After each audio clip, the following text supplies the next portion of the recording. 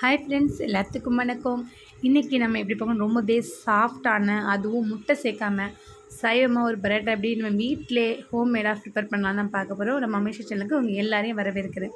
இது வரைக்கும் நம்ம சேனல் சப்ஸ்கிரைப் பண்ணால் கண்டிப்பாக சப்ஸ்கிரைப் பண்ணுங்கள். வயசானவங்க கூட இந்த பரோட்டா சாப்பிட்லாங்க. இப்போ வந்து ஆடி மாதம் நம்ம விரத நாட்கள் வர்றதுனால முட்டை சேர்க்காமல் நம்ம ஈஸியாக செஞ்சிடலாம். மைதா வந்து ஒரு 300 கிராம் எடுத்துக்கோங்க. 200 கிராம் கோதுமை மாவு அதோட கலந்துக்கோங்க. அதில் வந்து 1/4 ஸ்பூன் அளவு சோடாப்பு சேர்த்துக்கோங்க. 1 ஸ்பூன் உப்பு சேர்த்துக்கோங்க. அதோட சேர்த்து நம்ம 1 ஸ்பூன் அளவு நெய் சேர்த்துக்கப்போம். நெய் சேர்த்து நல்லா பிசைஞ்சிருங்க. அதுக்கப்புறம் தேவையான அளவு தண்ணி சேர்த்து மாவை நல்லா பிசைஞ்சு வச்சுக்கோங்க. நம்ம சப்பாத்தி மாவு பிசையும் எவ்வளோ சாஃப்டாக பிசைஞ்சிட்டு இதை உடனே செஞ்சிடலாங்க. ஊற வைக்கலாம் நமக்கு தேவையில்லை. இது ரொம்பவே சாஃப்டாக தான் உங்களுக்கு வரும்.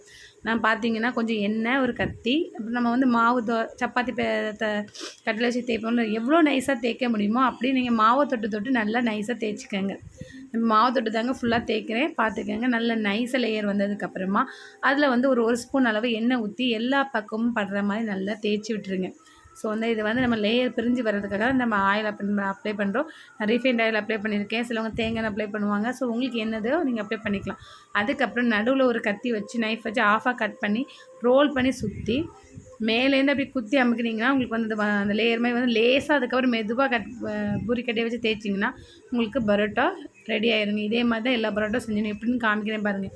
ஒரு இது ஊற்றிட்டு நல்லா எண்ணெய் ஊற்றி நல்லா எல்லா பக்கமும் தேய்ச்சிட்டு கத்தியை நடுவில் வச்சு நடு போர்ஷனில் வச்சு அப்படி ஆஃபாக கட் பண்ணணும். அதுக்கப்புறம் நம்ம என்ன செய்யணும், அந்த முக்கை அப்படியே எடுத்து ரோல் பண்ணி கொண்டு வரப்போ அந்த முக்கோணம் கூம்பு சைஸ்க்கு வரும்.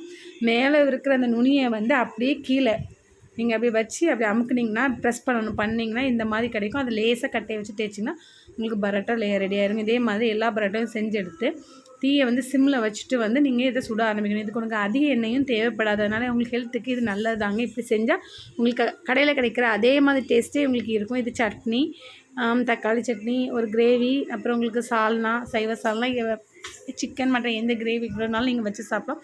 எல்லாத்துக்குமே டேஸ்ட் சூப்பராகவும் ரொம்ப சாஃப்டாக இருக்கும் உங்களுக்கு.